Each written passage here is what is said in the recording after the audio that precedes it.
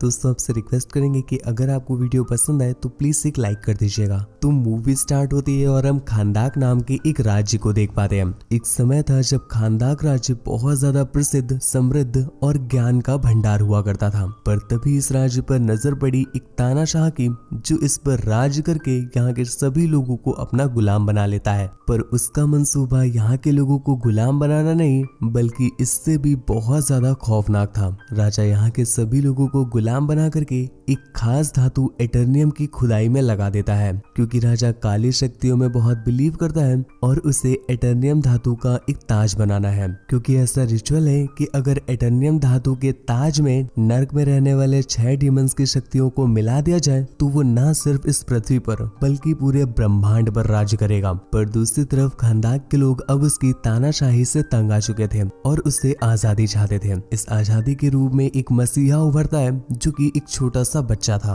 वो उनके अंदर आजादी की आग इस तरह से जलाता है कि दूसरी तरफ राजा भी उसके जोश को देखकर डर जाता है। उसने डिसाइड किया कि अगर उसने इस बच्चे को नहीं मारा तो बहुत जल्दी ही ये उसका तख्ता पलट करवा देगा, जिसके बाद वो उस बच्चे को पकड़ करके सभी लोगों के सामने उसका गला काट देने की सजा देता है। पर जब कसाई उस पर अपना वार चलाने जा रहा था कि इससे पहले ही वो बच्चा कहीं गायब हो जाता है। दूसरी तरफ हम देख पाते हैं पृथ्वी के रक्षकों को, जिन्होंने उसे गायब करके अपने पास बुलाया था। वो उस बच्चे से कहते हैं कि तुम्हारी बहादुरी देखकर हम तुमसे बहुत खुश हुए और हम भी ये नहीं चाहते कि किसी भी तरह से उसके हाथों वो ताज लगे, इसलिए हम आज तुम्हें अपनी शक्तियों का एक एक अंश देते हैं, जिससे तुम बहुत ज्यादा शक्तिशाली हो जाओगे और तुम जाकर उस राजा का सर्वनाश करना। और फिर देखते ही देखते वो सभी गॉड्स उसके अंदर अपनी अपनी शक्तियां डालने लगते हैं और अब उस बच्चे के अंदर इन सभी गॉड की शक्तियां थी, जिससे बनता है ब्लैक एडम। दूसरी तरफ राजा का ताज भी बन चुका था और वो उसे पहनने ही वाला था कि इतने में ही ब्लैक एडम आकर के पूरे महल में तबाही मचा देता है। ब्लैक एडम का इतना ज्यादा गुस्सा था कि वो ना सिर्फ उस महल को बल्कि पूरे के पूरे खानदाक राज्य का ही सर्वनाश कर देता है, जिसके बाद सीन यहीं पर कट हो गया और हमें ले जाते हैं 5000 सालों के बाद। हालांकि खानदाक सिटी आज भी गुलाम है, पर वो एक आतंकी संगठन के गुलाम है और वो ही लोग उन पर राज करते हैं और उन पर तरह तरह के जुल्म करते हैं। लेकिन उनके इरादे कुछ दूसरे ही हैं। वो लोग इस सिटी में किसी चीज की तलाश में है, जिसके लिए वो सालों से कोशिश कर रहे हैं। यहाँ के लोग ब्लैक एडम को अपना हीरो मानते हैं और वो सभी उसके वापस आने की राह देख रहे हैं। इसी सिटी में एड्रेना भी रहती है, जो अपने भाई और कुछ साथियों के साथ इन्हीं आतंकी संगठन के कुछ आतंकियों से छिप करके कहीं जा रही है। उनकी बातों से हमें पता चलता है कि वो लोग उसी राजा के ताज को ढूंढने के लिए जा रहे हैं, क्योंकि उनका ऐसा मानना था कि जब ब्लैक एडम ने उस राजा के महल की तबाही की थी तो उस ताज को उसके ही महल में कहीं छिपा दिया था। कुछ देर के बाद वो लोग महल के खंडहर में पहुंच जाते हैं। एड्रीना और उसके साथी अंदर जा रहे थे, पर एड्रीना का भाई बाहर ही उनका वेट करता है। अंदर काफी देर तक ढूंढने के बाद उन्हें एक गुफा मिलती है, जिसके अंदर बहुत सारी प्राचीन चीजें थी। एड्रीना उन सभी चीजों को बहुत गौर से देख रही थी और तभी उसकी नजर पड़ती है एक मंत्र पर, जो कि जमीन में लिखा गया था। पर उसके आगे वार्निंग भी दी गई थी कि कोई भी इस मंत्र को ना पढ़े। जो भी इस मंत्र को पढ़ेगा वो ब्लैक एडम को दोबारा जिंदा कर देगा। एड्रीना को ये बात बिल्कुल भी समझ नहीं आती कि जब ब्लैक एडम इतना अच्छा था तो उसे कैद ही क्यों किया गया। पर एड्रीना इन सब चीजों पर ध्यान नहीं देती। वो गुफा के और अंदर जाती है और तभी उसकी नजर पड़ती है उस ताज पर। वो ऊपर चढ़ करके किसी तरह से उस ताज को हासिल कर लेती है, पर इतने में ही एंटर गैंग के लोग वहां पर आ गए थे, जो कि उसके भाई को बंदी बना लेते हैं और उस पर शूट करने लगते हैं। हालांकि एड्रीना उनसे बचकर छिप तो जाती है, पर जब वो लोग उसके भाई को जान से मारने की धमकी देते हैं तो उससे बाहर आना पड़ा। एड्रीना से ताज छीनकर वो लोग उसे घुटनों पर ला देते हैं और तभी एड्रीना की नजर पड़ी नीचे लिखे हुए कुछ स्पेल्स पर, जो कि वो धीरे धीरे से पढ़ने लगती है। और जैसे ही वो स्पेल खत्म हुए, दूसरी तरफ ब्लैक एडम जिंदा हो जाता है। एक गैंगस्टर उसे मारने के लिए जब उसके पास बढ़ा तो ब्लैक एडम बस उसे पकड़कर ही पूरा जला देता है। ये देखकर आसपास के सभी गैंगस्टर उस पर शूट करना स्टार्ट कर देते हैं, पर ब्लैक एडम के लिए ये लोग खिलौने जैसे थे। वो चुटकियों में ही सबको तबाह कर देता है। इसमें बस एड्रियाना और उसका भाई ही बचता है, जो किसी तरह से वहां से बाहर आ जाते हैं। पर जब वो भागने की कोशिश कर रहे थे कि तभी एंटर गैंग के और भी लोग वहां पर आ जाते हैं, जो उन सभी पर अटैक कर देते हैं। पर एडम एक बार फिर से उनसे लड़ने लगा, इतने में ही उनमें से एक बंदा एक मिसाइल को उसकी तरफ लॉन्च करता है। हालांकि एडम उससे पकड़ जरूर लेता है, लेकिन उसके अंदर वही एटर्नियम धातु था जिसका वो ताज बनाया गया था। उस मिसाइल के ब्लास्ट होने पर ब्लैक एडम को चोट लग जाती है और इतने सालों के बाद उससे पहली बार दर्द का एहसास हो रहा था, जिस वजह से वो बेहोश भी हो गया। इस सीन को देख करके हमें एक चीज तो समझ में आ जाती है कि जिस तरह से सुपरमैन की कमजोरी होती है ग्रीन क्रिप्टोनाइट, उसी तरह से ब्लैक एडम की कमजोरी है एटर्नियम धातु। खैर यहीं पर हम स्माइल को देख पाते हैं जो एड्रेना के साथ आया था, और हमें पता चलता है कि वो तो बस मरने का नाटक कर रहा था और वो कभी भी एड्रेना के साथ नहीं था,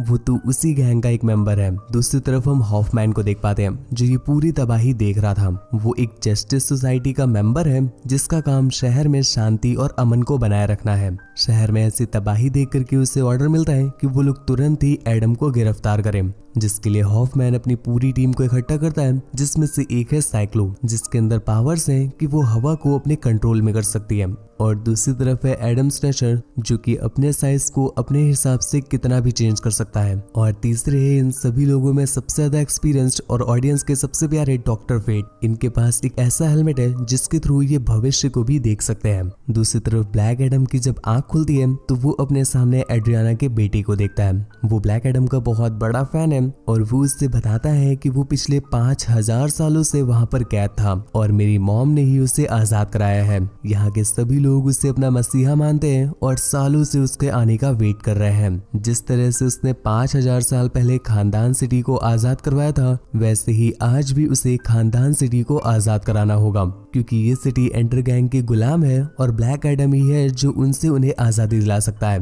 पर ब्लैक एडम को इन सब चीजों से कोई फर्क नहीं पड़ता, बल्कि उसका तो ये मानना है कि ये शहर 5000 सालों पहले उसका घर हुआ करता था। अभी इस शहर से उसे कोई लेना देना नहीं है। एड्रियाना का बेटा उसे समझाने की बहुत कोशिश करता है, पर एडम उनकी कुछ नहीं सुनता और उनकी दीवार तोड़कर वहां से शहर को विजिट करने निकल जाता है। पर एंटर गैंग के मेंबर अभी शांत कहाँ बैठने वाले थे। उन्हें पता है कि वो ताज अभी भी एड्रियाना के पास है, तो वो एक बार फिर से एड्रियाना के पास आए हैं ताज छीनने के लिए। पर जब ब्लैक एडम उन्हें मुसीबत में देखता है तो उन्हें बचाने के लिए वहां पहुंच जाता है। और जब वो उनसे फाइट कर ही रहा था कि इतने में ही जस्टिस सोसाइटी के लोग भी वहां पर आ जाते हैं और वो ब्लैक एडम से लड़ने लगते हैं। अब ब्लैक एडम इन सभी लोगों को संभाल रहा है, लेकिन फिर भी वो उन सब पर भारी है और जस्टिस सोसाइटी के मेंबर इतने पावरफुल होने के बावजूद भी वो ब्लैक एडम का सामना नहीं कर पा रहे। थोड़ी ही देर में ये बात उनके भी समझ में आ जाती है और ब्लैक एडम उन्हें अच्छा सबक सिखा के वहां से चला गया। उसके जाने के बाद हॉफमैन एड्रियाना से हेल्प मांगता है, उनसे कहता है कि प्लीज वो उनकी हेल्प करे ताकि वो ब्लैक एडम को पकड़ सके।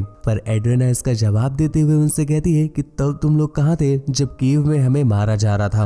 वो तो ब्लैक एडम था जिसने हमें बचाया और अभी भी वो हमारी रक्षा ही कर रहा है, पर तुम लोग उसे पकड़ना चाहते हो। हॉफमैन उसे समझाते हुए वो 5000 साल पहले वाली कहानी सुनाता है। वो उससे बताता है कि जिसे वो अपना रक्षक समझ रही है वो रक्षक नहीं बल्कि वो विनाशक है। आज से 5000 साल पहले उसने खंदाक सिटी को आजाद कराने के लिए नहीं बल्कि अपना बदला लेने के लिए उस राजा को मारा था, और न सिर्फ उस राजा को मारा था बल्कि पूरी खंदाक सिटी ही तहस नहस कर दी थी।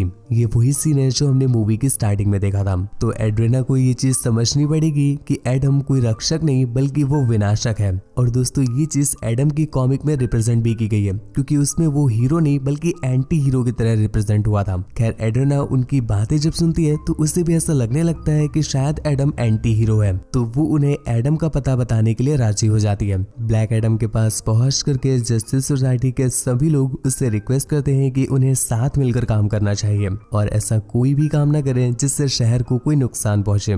पर ब्लैक एडम को किसी के साथ काम करना या किसी के अंडर काम करना पसंद नहीं है, इस वजह से वो उनके ऑफर को रिजेक्ट कर देता है। पर दूसरी तरफ हम स्माइल को देख पाते हैं जो एड्रियाना के घर पहुंच गया है और पूरे घर में उसने ताज की तलाश जारी कर दी। काफी देर तक ढूंढने के बाद भी जब उसे वो ताज नहीं मिलता तो वो उसके बेटे को ही गन पॉइंट करके अपने साथ ले जाने लगा। हालांकि उसका बेटा बहुत ही चालाकी से किसी तरह से अपनी मॉम को ये बात बता देता है कि स्माइल ने उससे किडनैप किया है, और ये बात जब एड्रियाना को पता चलती है तो वो ब्लैक एडम और जस्टिस सोसाइटी दोनों से ही उसके बेटे को ढूंढने की हेल्प मांगते हैं। एडम तो उसके बेटे को ढूंढने के लिए तुरंत ही निकल जाता है और जस्टिस सोसाइटी भी उनकी हेल्प करने को हाँ कर देती है। ये सभी लोग मिलकर के जब इस्माइल के कुछ आदमी को पीटते पाटते हैं तब वो लोग उन्हें बता देते हैं कि इस्माइल ने उनके बेटे को रेगिस्तान के अंदर उनके एक अड्डे पे रखा है। वो लोग जब उस लोकेशन पर पहुंचते हैं तो ऑलरेडी इस्माइल ने उसके बेटे पर गन पॉइंट कर रखी थी और यहीं पर वो कुछ राज से पर्दाफाश करता है। उसने बताया कि वो एंटर गैंग का मेंबर नहीं बल्कि एंटर गैंग का लीडर है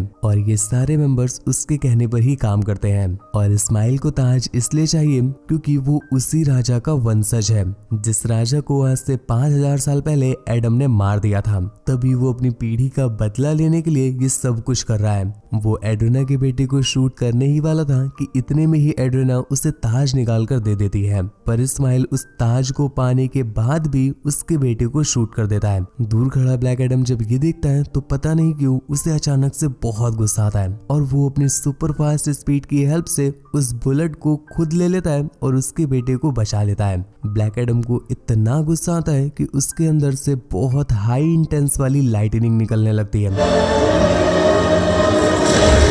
और ये लाइट इतनी ज्यादा इंटेंस थी कि इस्माइल उस ताज को पकड़े पकड़े ही जल जाता है। पर जस्टिस सोसाइटी के लोग किसी तरह से अपने आप को और एड्रिना और उसके बेटे को बचा लेते हैं। सब कुछ शांत होने के बाद ब्लैक एडम हॉफमैन से भी अपने कुछ राज बताता है। उसने बताया कि आज से 5000 साल पहले जो बच्चा गायब हुआ था वो नहीं था, वो उसका बेटा था। पर वो बच्चा गायब होकर के पता नहीं कहाँ चला गया था, जिस वजह से राजा उसे ढूंढ ही नहीं पा रहा था और बदला लेने के लिए उसने मुझे और मेरी वाइफ को बहुत मारा। उसने हमारे साथ बहुत बदसलूकी की और इतना टॉर्चर किया कि मेरी वाइफ ने वहीं दम तोड़ दिया और वो लोग मुझे भी मार करके बस खत्म करने ही वाले थे कि इतने में ही मेरा बेटा वापस आ गया जिसके पास अब 6 गॉड्स की शक्तियां थी जिनकी हेल्प से वो उन सैनिकों को मार देता है। और क्योंकि मेरा बेटा मुझसे बहुत प्यार करता था तो उसने अपनी सारी शक्तियां मुझे दे दी, जिसके बाद मैं बनता हूँ ब्लैक एडम। पर हम दोनों बस मिले ही थे कि इतने में ही दूसरी तरफ से उस राजा के सैनिक मेरे बेटे को मार देते हैं।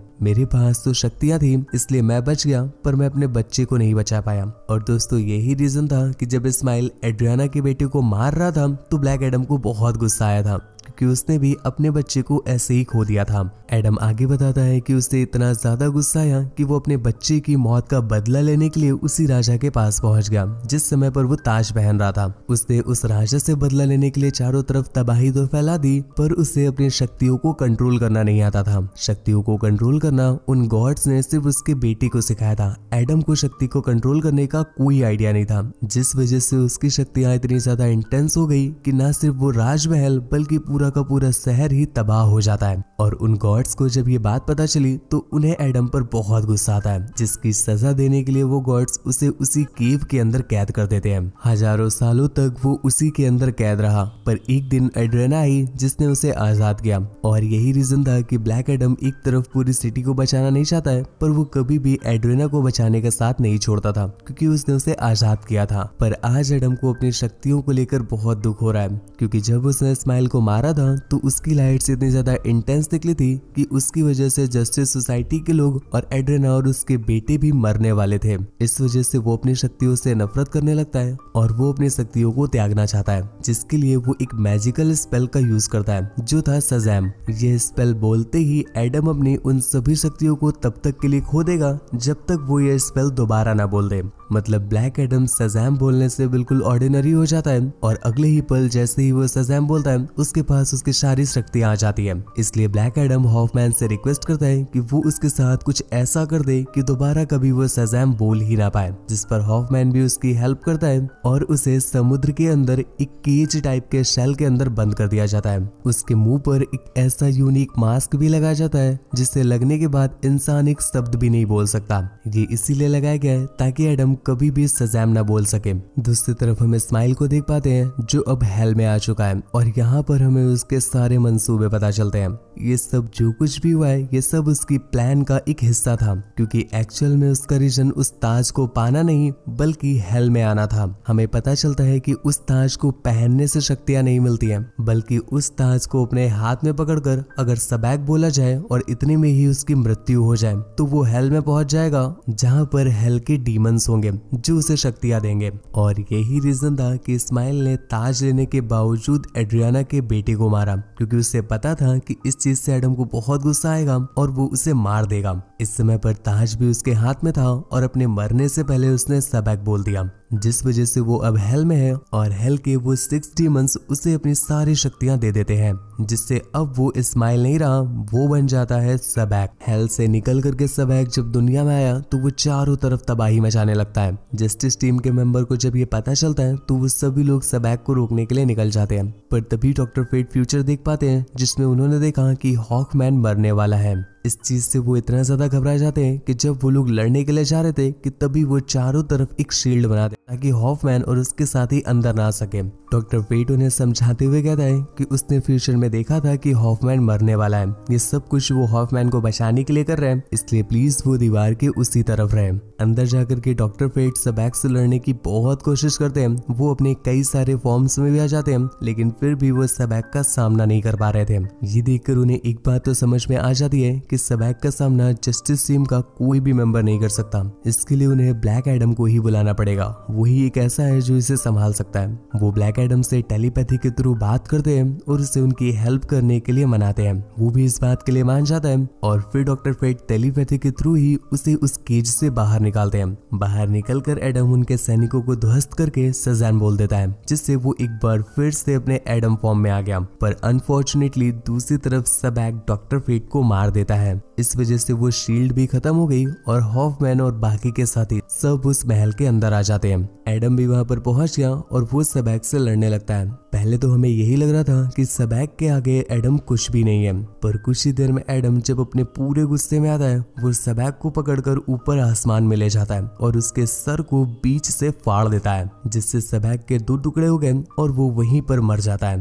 चारों तरफ अब सब कुछ शांत हो चुका है, तो एड्रियाना उससे बोलती है कि वो अब इस सिंहासन पर बैठ जाए और एडम भी उस सिंहासन पर बैठ जाता है, मतलब अब वो इस सिटी पर राज करेगा। पर अगले ही पल एडम उठा और उसने उस सिंहासन को ही तोड़ दिया। वो उनसे कहता है कि वो इस सिटी का राजा नहीं बल्कि रक्षक बनना चाहता है। चारों तरफ सभी लोग अब ब्लैक एडम को अपना हीरो मानते हैं। मूवी की एंडिंग में हम जस्टिस सोसाइटी की लीडर को देख पाते हैं, जो एडम को वार्न कर रही है कि हाँ मानती हूँ कि पूरे शहर के तुम अब हीरो बन गए हो, पर एक बात का हमेशा ध्यान रखना कि तुम्हें इसी सिटी में रहना है, यहीं की रक्षा करो और जो कुछ भी करना है तुम यहीं पर करो। अगर इस सिटी से तुम बाहर भी निकले तो ये तुम्हारे लिए अच्छा नहीं होगा। ब्लैक एडम ने उसे समझाते हुए कहा कि वो किसी के कंट्रोल में काम नहीं करता, उसका जो मन करेगा वो वही करेगा। लीडर ने उसे एक बार फिर से वार्न किया कि अगर वो उनकी बात नहीं मानेगा तो ये चीज उस पर भारी पड़ेगी, पर ब्लैक एडम ने उससे कहा कि उस पर भारी पड़ सके ऐसी कोई चीज दुनिया में पैदा नहीं हुई। लीडर उससे कहती है कि हाँ पता है इस दुनिया में पैदा नहीं हुई,